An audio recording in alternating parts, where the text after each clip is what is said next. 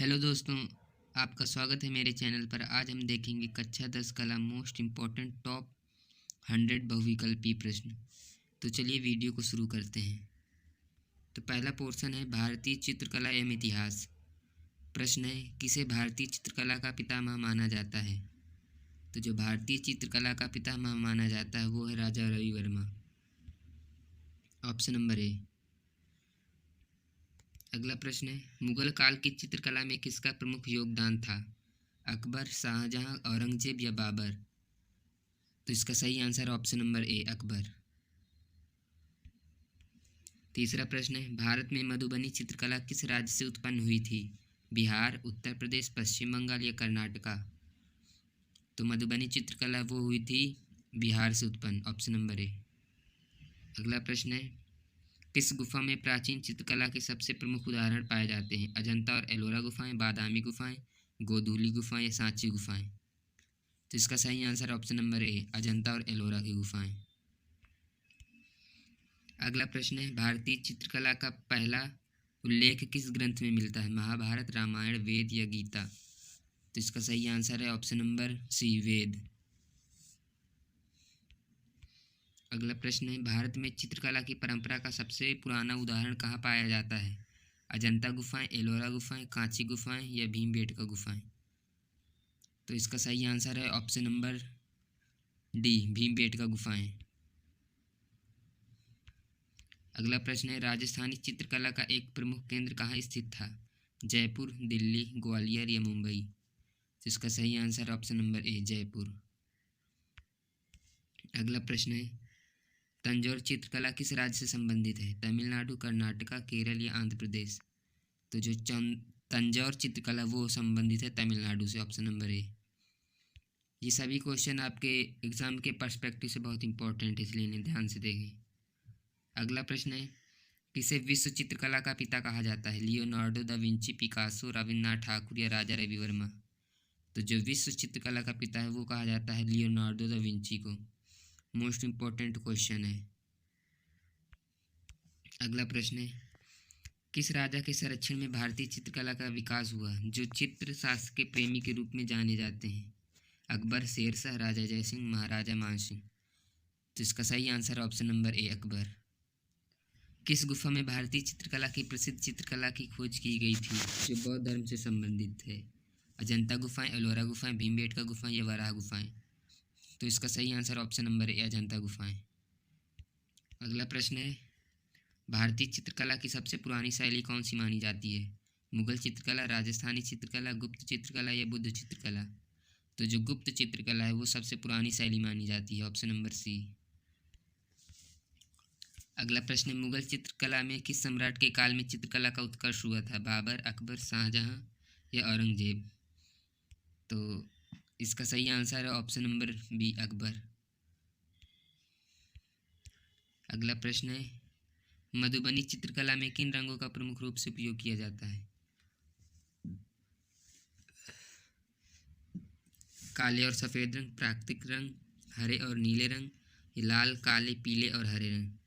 तो इसका सही आंसर है ऑप्शन नंबर डी, लाल, काले, पीले और हरे रंग। अगला प्रश्न है, भारतीय चित्रकला के इतिहास में बुंदेलखंड चित्रकला किसके साथ जुड़ी हुई है?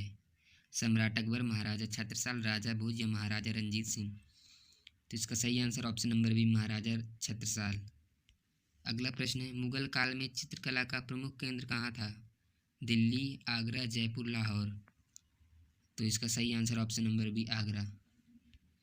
अगला प्रश्न है, किस चित्रकार ने भारत माता की प्रसिद्ध पेंटिंग बनाई थी? तो इसका सही आंसर है रवि वर्मा। रवि वर्मा ने भारत माता की प्रसिद्ध पेंटिंग बनाई थी। अगला प्रश्न है, किस चित्रकला को मगध कला कहा जाता है? तो जो मौर्य काल की कला है उसे मगध कला कहा जाता है, ऑप्शन नंबर बी। अगला प्रश्न है, मुगल काल की चित्रकला किस कला रूप के लिए प्रसिद्ध है? फारसी शैली, हिंदू शैली, पारंपरिक भारतीय शैली या तुर्की शैली? तो इसका सही आंसर है ऑप्शन नंबर ए, फारसी शैली। अगला प्रश्न है, किस शासक के शासनकाल में मुगल चित्रकला का उत्कर्ष हुआ? बाबर, अकबर, शाहजहां, औरंगजेब? तो इसका सही आंसर है अकबर। अगला प्रश्न है, किस शतक में आधुनिक चित्रकला का प्रारंभ हुआ? तो इसका सही आंसर है 19वीं शताब्दी में आधुनिक चित्रकला का प्रारंभ हुआ था। अगला प्रश्न है, भारत में आधुनिक चित्रकला का आगमन किस काल में हुआ था? गुप्त काल, ब्रिटिश काल, मौर्य काल या स्वतंत्र काल? तो इसका सही आंसर है ऑप्शन नंबर बी, ब्रिटिश काल। अगला प्रश्न है, भारत में बंगाल स्कूल ऑफ आर्ट के प्रवर्तक कौन है, यानी संस्थापक कौन है? रविन्द्रनाथ ठाकुर, अवनींद्रनाथ ठाकुर, राजा रवि वर्मा या इनकलाबी नेता? तो इसका सही आंसर है option number B, Abanindranath Thakur. अगला पोर्शन है आलेखन। प्रश्न है, काले और सफ़ेद रंग के चित्र को क्या कहा जाता है? तो इसका सही आंसर है ऑप्शन नंबर सी, श्वेत श्याम चित्रकला। अगला प्रश्न है, किस प्रकार के ब्रश चित्रकारी में छोटे डिटेल्स के लिए उपयोगी होते हैं? 2 नंबर, 4 नंबर, 1 नंबर या 3 नंबर? तो इसका सही आंसर है ऑप्शन नंबर सी, 1 नंबर। अगला प्रश्न है, किस प्रकार के रंग को प्राथमिक रंग कहा जाता है? तो लाल पीला नीला, हरा गुलाबी पीला, पीला काला सफ़ेद या काला नीला सफ़ेद? तो जो लाल पीला नीला इन्हें प्राथमिक रंग कहा जाता है, ऑप्शन नंबर ए। अगला प्रश्न है, कला शब्द किस भाषा का है? हिंदी, अंग्रेजी, संस्कृत या उर्दू? तो जो कला शब्द है वो है संस्कृत भाषा का, ऑप्शन नंबर सी। अगला प्रश्न है, सूर्य की किरणों में कितने रंग पाए जाते हैं? तो सूर्य की किरणों में पाए जाते हैं 7 रंग, ऑप्शन नंबर ए। अगला प्रश्न है, ओस्ट वर्ल्ड चार्ट में कितने रंग होते हैं? सही आंसर है ऑप्शन नंबर बी, 8। अगला प्रश्न है, निम्न में से प्राथमिक रंग कौन सा है? हरा, काला, पीला या नारंगी? तो इनमें से प्राथमिक रंग है पीला, ऑप्शन नंबर सी। अगला प्रश्न है, आकृतियों की पुनरावृत्ति करने के लिए किस पेपर का प्रयोग करते हैं? चार्ट पेपर, साधारण पेपर, ट्रेसिंग पेपर या कार्टेज पेपर? तो आकृतियों की पुनरावृत्ति करने के लिए यूज़ करते हैं tracing paper, option number C. 34वां प्रश्न, निम्न में से द्वितीयक रंग कौन सा है? लाल, पीला, हरा, नीला? तो इनमें से द्वितीयक रंग है हरा, ऑप्शन नंबर सी। बाकी सभी प्राथमिक रंग हैं। अगला प्रश्न है, हरा रंग नेत्र पर कैसा प्रभाव डालता है? ठंडा, अत्यधिक गर्म, सामान्य या गर्म? तो जो हरा रंग है वो डालता है ठंडा प्रभाव, ऑप्शन नंबर ए। अगला प्रश्न है, सफ़ेद का विरोधी रंग कौन सा है? हरा, लाल, काला या बैंगनी? तो काला है वो सफ़ेद रंग का विरोधी रंग है। अगला प्रश्न है, लाल, पीला, नीला कैसे रंग है? तो लाल, पीला, नीला है प्राथमिक रंग, ऑप्शन नंबर ए। अगला प्रश्न है, पीले का विरोधी रंग कौन सा है? पीले का विरोधी रंग होता है बैंगनी।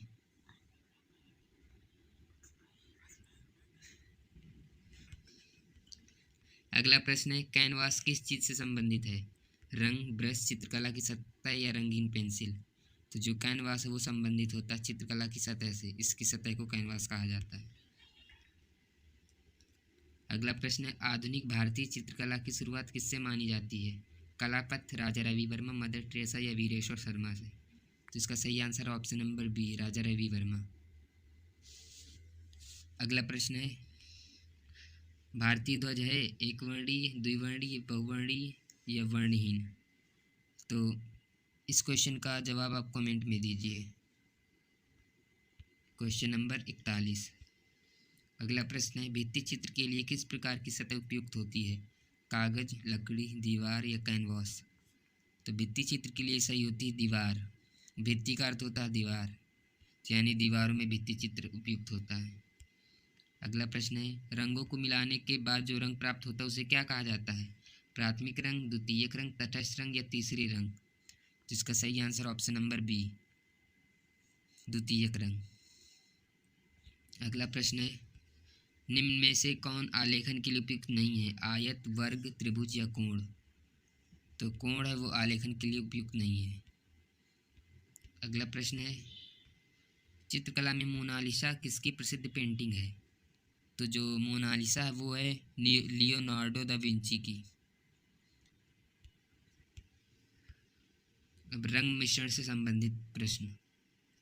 पहला, जब सभी 3 प्राथमिक रंग लाल, पीला और नीला एक साथ मिश्रित होते हैं तो कौन सा रंग प्राप्त होता है? तो इसका सही आंसर ऑप्शन नंबर ए काला। अगला प्रश्न है, जब लाल और हरे रंग को मिलाया जाता है तो क्या उत्पन्न होता है? तो जब लाल और हरे को मिलाया जाता है तो होता है पीला, ऑप्शन नंबर ए। अगला प्रश्न है, किस रंग का मिश्रण से नीला और पीला रंग उत्पन्न होता है? तो इसका सही आंसर ऑप्शन नंबर ए हरा। अगला प्रश्न है, हरा और नीला रंग मिलाकर कौन सा रंग बनता है? तो हरा और नीला रंग मिलाकर बनता है आकाशी या आसमानी। अगला प्रश्न है, नीला और पीला पिगमेंट यानी रंग मिलाकर कौन सा रंग बनता है? तो नीला और पीला मिलाकर बनता है हरा रंग, ऑप्शन नंबर बी। अगला प्रश्न है, लाल और पीला पिगमेंट यानी रंग मिलाकर कौन सा रंग बनता है? तो इसका सही आंसर ऑप्शन नंबर बी नारंगी। अगला प्रश्न है, लाल और हरा मिलाने पर कौन सा रंग बनता है? तो इसका सही आंसर है ऑप्शन नंबर ए पीला।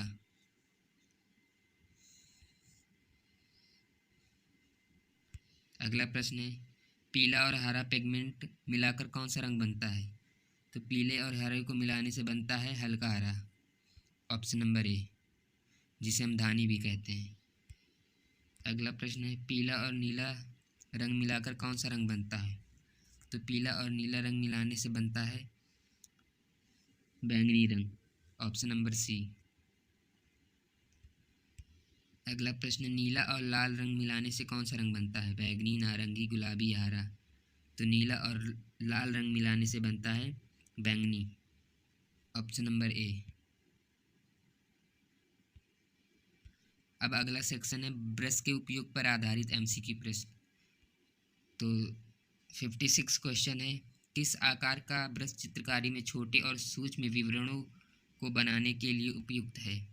1 नंबर, 3 नंबर, 5 नंबर या 2 नंबर? तो इसका सही आंसर ऑप्शन नंबर ए 1 नंबर। अगला प्रश्न है, चित्रकारी में बड़े क्षेत्रों को भरने के लिए किस आकार का ब्रश उपयोग किया जाता है? तो इसका सही आंसर है ऑप्शन नंबर डी। इनमें सबसे बड़ी संख्या 8 है, तो आप इस हिसाब से भी कर सकते हैं। अगला प्रश्न है, किस आकार का ब्रश चित्र के छोटे हिस्सों में शेडिंग करने के लिए आदर्श है? 10 नंबर, 4 नंबर, 8 नंबर या 6 नंबर? जिसका सही answer option number B 4 number. अगला प्रश्न है, किस आकार के ब्रश का प्रयोग बारीक रेखाएं और डिटेल्स बनाने के लिए किया जाता है? जिसका सही आंसर है ऑप्शन नंबर ए 1 नंबर। अगला प्रश्न है, चित्रकारी में बड़े पैमाने पर रंग भरने के लिए किस आकार के ब्रश का उपयोग किया जाता है? 4 नंबर, 12 नंबर, 6 नंबर या 10 नंबर? तो इसका सही आंसर है ऑप्शन नंबर बी 12 नंबर। अगला प्रश्न है, बारीक रेखाएं और सटीक चित्रांकन के लिए किस आकार के ब्रश का इस्तेमाल किया जाता है? 0 नंबर, 1 नंबर, 3 नंबर या 2 नंबर? तो 61 क्वेश्चन का आंसर आप कमेंट में बताइए। अगला प्रश्न है, मध्यम आकार के क्षेत्रों के लिए किस प्रकार का ब्रश आकार आदर्श होता है? 2 नंबर, 12 नंबर, 8 नंबर या 6 नंबर? तो इसका सही आंसर है ऑप्शन नंबर सी 8 नंबर।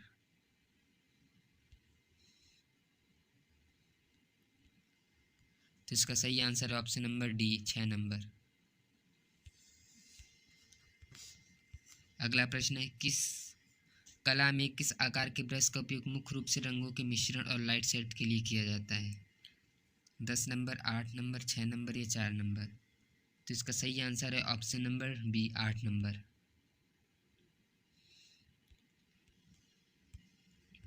अगला प्रश्न है, चित्रकला में 1 नंबर के ब्रश का मुख्य उपयोग किस कार्य के लिए किया जाता है? बड़े क्षेत्रों को भरने के लिए, बारीक रेखा और डिटेल्स के लिए, रंगों का मिश्रण करने के लिए या रंगों के बेस को लगाने के लिए? तो इसका सही आंसर है बारीक रेखा और डिटेल्स के लिए, ऑप्शन नंबर बी। अगला प्रश्न है, किस आकार के ब्रश का उपयोग चित्र में आर्ट वर्क के बड़े हिस्से को भरने के लिए किया जाता है? तो इसका सही आंसर है ऑप्शन नंबर ए 12 नंबर। अगला सेक्शन है स्मृति चित्रण। प्रश्न है 66, स्मृति चित्रण के लिए किस प्रकार के उपकरण का प्रयोग किया जाता है? पेंसिल, ब्रश, पेस्टल, ये सभी? तो इसका सही आंसर ऑप्शन नंबर डी सभी। अगला प्रश्न है, स्मृति चित्रण के लिए कौन सा माध्यम सर्वश्रेष्ठ माना जाता है? तो जो कागज़ है वो सर्वश्रेष्ठ माना जाता है स्मृति चित्रण के लिए। अगला प्रश्न है, स्मृति चित्रण में चित्रकार किसका अनुसरण करते हैं? बाहरी दृश्य, मानसिक छवि, किसी विशेष दृश्य का या सभी का? तो स्मृति चित्रण में जो चित्रकार यूज करते हैं वो होती है मानसिक छवि।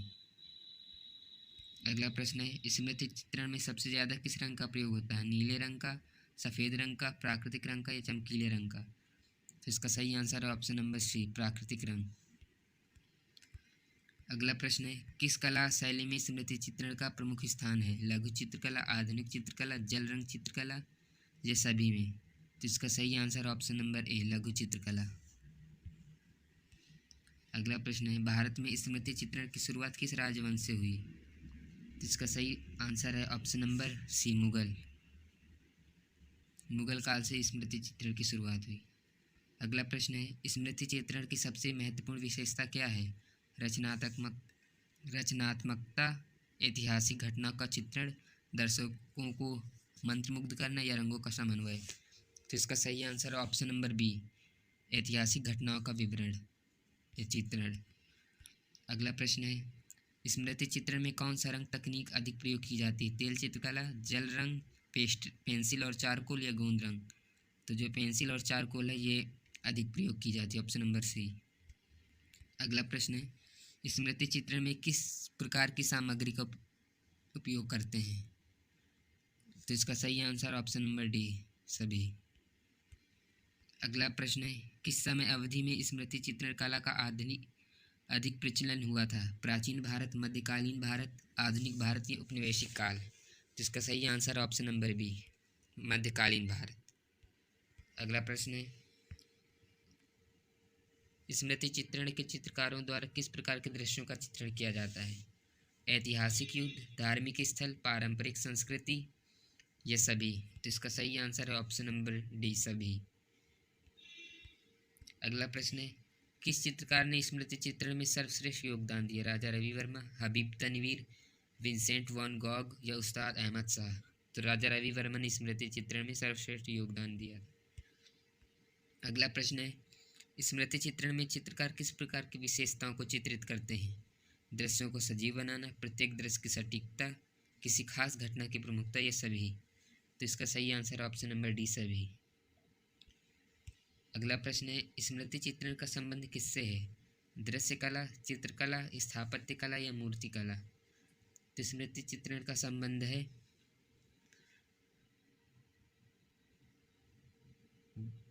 चित्रकला से, ऑप्शन नंबर बी। अगला प्रश्न है, स्मृति चित्रण में कलाकार का उद्देश्य क्या होता है? दृश्य को यथार्थ रूप में चित्रित करना, कल्पना से चित्र बनाना, बाहरी चित्रण करना या परिप्रेक्ष्य दिखाना? तो इसका सही आंसर ऑप्शन नंबर ए, दृश्य को यथार्थ रूप से चित्रित करना।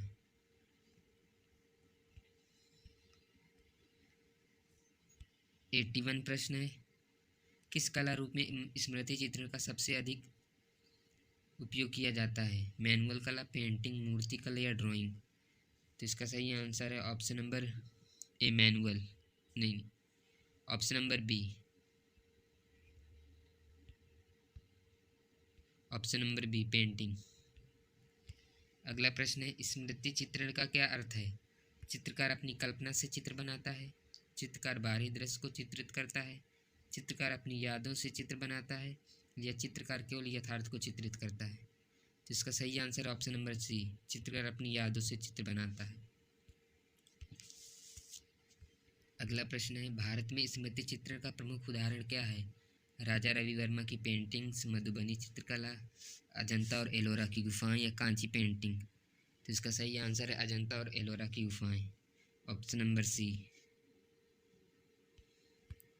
तो इसका सही आंसर है ऑप्शन नंबर ए, राजा रवि वर्मा की पेंटिंग्स। अगला प्रश्न है, स्मृति चित्रण में छाया का क्या महत्व है? छाया से चित्र को निखारा जाता है या छाया का प्रयोग केवल रंगीन चित्रों में होता है, छाया का कोई महत्व नहीं होता या छाया का प्रयोग केवल मूर्तियों में होता है? तो इसका सही आंसर ऑप्शन नंबर ए, छाया से चित्र को निखारा जाता है। अगला प्रश्न है, स्मृति चित्रण में चित्रकार की क्या विशेषता होती है? तो इसका सही आंसर है ऑप्शन नंबर बी, वह चित्रों को अपनी व्यक्तिगत भावनाओं को दर्शाता है। अब अगला पोर्शन है पेंसिलों पर आधारित प्रश्न। तो 86 क्वेश्चन है, आलेखन में सबसे अधिक उपयोग की जाने वाली पेंसिल का आकार क्या होता है? 2B, 4B, 6B या 2H? तो इसका सही आंसर है ऑप्शन नंबर ए, 2B। अगला प्रश्न है, 2B पेंसिल का उपयोग किस प्रकार के चित्रण में किया जाता है? हल्की रेखाओं के लिए, गहरी रेखाओं और शेडिंग के लिए, रंग भरने के लिए या केवल स्केचिंग के लिए? तो इसका सही आंसर है ऑप्शन नंबर ए, हल्की, ऑप्शन नंबर बी, गहरी रेखाओं और शेडिंग के लिए। अगला प्रश्न है, एच पेंसिल का उपयोग किसके लिए किया जाता है? हल्की रेखाओं और बारीक विवरण के लिए, गहरे और मोटी रेखाओं के लिए, शेडिंग के लिए, रंग भरने के लिए? तो जो एच पेंसिल का उपयोग है वो किया जाता है हल्की रेखाओं और बारीक विवरण के लिए। अगला प्रश्न है, 6B पेंसिल का उपयोग किस प्रकार के चित्रण के लिए किया जाता है? तो इसका सही आंसर है ऑप्शन नंबर ए, गहरी रेखा और शेडिंग के लिए। अगला प्रश्न है, आलेखन में पेंसिल के आकार को क्या कहते हैं? ग्रेड, शैली, आकार या वेट? तो जो आलेखन में पेंसिल को आकार के कहते हैं ग्रेड, ऑप्शन नंबर ए। अगला प्रश्न है, आलेखन में पेंसिल का किस प्रकार का आकार अधिकतर उपयोग होता है? H और B, 2B और 4B, 6H और 6B, 2H और 4H? तो इसका सही आंसर है ऑप्शन नंबर ए, H और B का। अगला प्रश्न है, आलेखन में 4B पेंसिल का उपयोग किसके लिए किया जाता है? गहरी शेडिंग और रेखाओं के लिए, हल्की रेखाओं के लिए, बारीक रेखाओं और सजावट के लिए, केवल ड्राइंग के लिए? तो 4B पेंसिल का उपयोग किया जाता है गहरी शेडिंग और रेखाओं के लिए, ऑप्शन नंबर ए। अगला प्रश्न है, यदि आप शेडिंग का चित्र बनाना चाहते हैं तो किस पेंसिल का उपयोग करेंगे? 2H, 4H, 6B या H? इसका सही आंसर है ऑप्शन नंबर 6B। अगला प्रश्न है, पेंसिल 2H का उपयोग किसके लिए किया जाता है? बहुत हल्की रेखाओं के लिए, गहरे रंग भरने के लिए, शेडिंग के लिए या स्केचिंग के लिए? तो इसका सही आंसर है बहुत हल्की रेखाओं के लिए। अगला प्रश्न है, आलेखन के लिए सबसे मुलायम पेंसिल कौन सी होती है? 2H, 6B, 4H या 2B? तो सबसे मुलायम पेंसिल होती है 6B, ऑप्शन नंबर बी। अगला प्रश्न है, आलेखन में किस पेंसिल से बारीक रेखाएं बनाई जाती हैं? 2B, 4B, H या 6B? तो बारीक रेखाएं बनाई जाती हैं H से, ऑप्शन नंबर सी। अगला प्रश्न है, पेंसिल 6H का उपयोग किस लिए किया जाता है? गहरी रेखाएं बनाने के लिए, बारीक रेखा और विवरण के लिए, रंग भरने के लिए, शेडिंग के लिए? तो 6H का उपयोग किया जाता है गहरी, बारीक रेखा और विवरण के लिए। अगला प्रश्न है, अगर आपको हल्की रेखाएं बनानी तो किस पेंसिल का चयन करेंगे? 6B, 2H, 4B या HB? तो 98 क्वेश्चन का जवाब आप कमेंट में दीजिए, इसका क्या होगा। अगला प्रश्न है, आलेखन में पेंसिल H का अर्थ क्या होता है? हार्ड, हैवी, बोल्ड या हैप्पी? इसका सही आंसर है हार्ड। हार्ड मतलब कि हल्की, H मतलब हार्ड, हल्की। अगला प्रश्न है, आलेखन में किस पेंसिल का उपयोग सबसे अधिक शेडिंग के लिए किया जाता है? 2B, 6B, 4H या H? तो इसका सही आंसर है option number B, H, 6B। और B का अर्थ होता है बोल्ड, यानी कि गहरा। पेंसिल जितनी भी गहरी हो, जितनी बोल्ड की होगी उतनी ही गहरी होगी। अगले प्रश्न है, चित्रकला की प्रकृति कैसी है? दृश्यात्मक, श्रवणीय, दोनों या इनमें से कोई नहीं? तो चित्रकला की प्रकृति दृश्यात्मक, यानी कि चित्रकला को देखा जाता है, ना कि सुना जाता है।